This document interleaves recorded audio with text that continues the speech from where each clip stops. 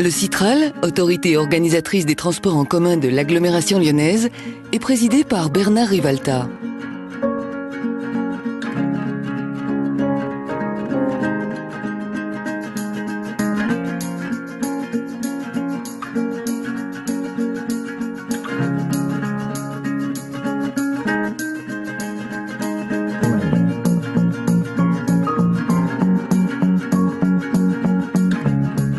Ce qui fait la richesse du réseau de Lyon, c'est le fait qu'il a tous les modes de transport, le métro, le tramway, le trolleybus, les bus et même les deux funiculaires. Il est avancé techniquement.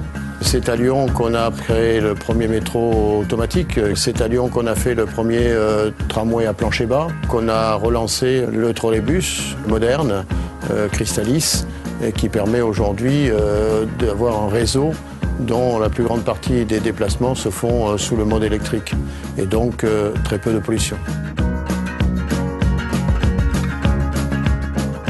C'est pourquoi le Citral est observé aujourd'hui en France, mais aussi à l'étranger, puisqu'il reçoit plus de 100 délégations par an.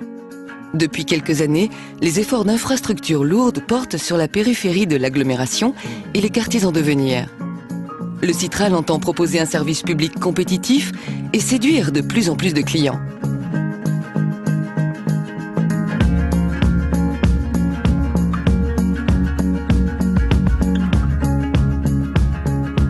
Le Citral offre plus de 6000 places de stationnement aux usagers qui veulent accéder au centre-ville en transport en commun.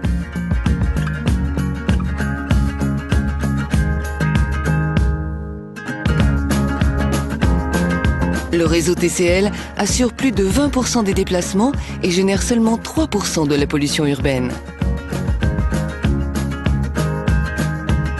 À Lyon, la priorité est donnée au mode électrique qui alimente plus de 2 trajets sur 3.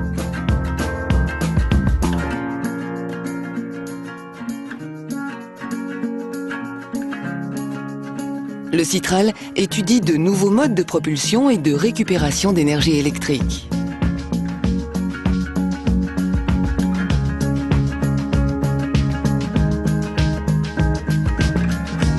Le Citral propose une offre complète, adaptée aux besoins de chacun. La mobilité réduite concerne environ 30% des clients.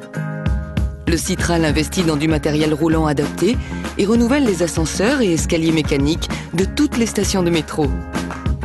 Il réalise de nombreux aménagements de voirie et notamment pour rehausser les quais de bus.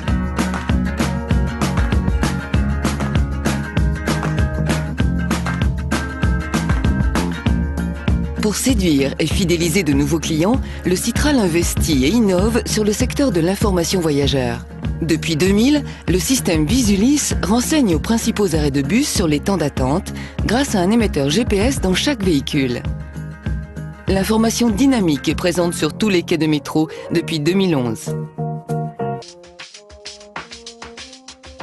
Depuis septembre 2011, le réseau bus est entièrement restructuré. Les 130 lignes ont été optimisées et hiérarchisées afin d'être parfaitement adaptées aux demandes et aux nouveaux rythmes de la population. Ainsi, le réseau bus est plus lisible et plus attractif. Le maillage du réseau, notamment avec les pôles multimodaux, est amélioré. En une nuit, tout a changé. Une opération unique en Europe. Le mode bus a retrouvé ses lettres de noblesse. Le personnel s'est fortement impliqué et la fréquentation a augmenté de 5% dans les 6 premiers mois. En 2009, T4, la ligne verte, a été créée. Un axe nord-sud très efficace et qui ne passe pas par le centre-ville. Son prolongement est programmé pour fin 2013. Elle permet de relier 2 sites universitaires importants. 2 lignes de tramway, T1 et T4, sont exploitées en partie sur la même infrastructure.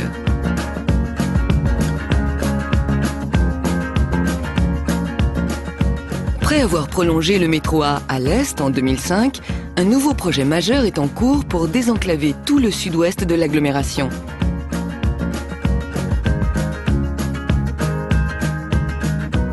Le tunnelier a percé sous le fleuve du Rhône à 35 mètres de profondeur.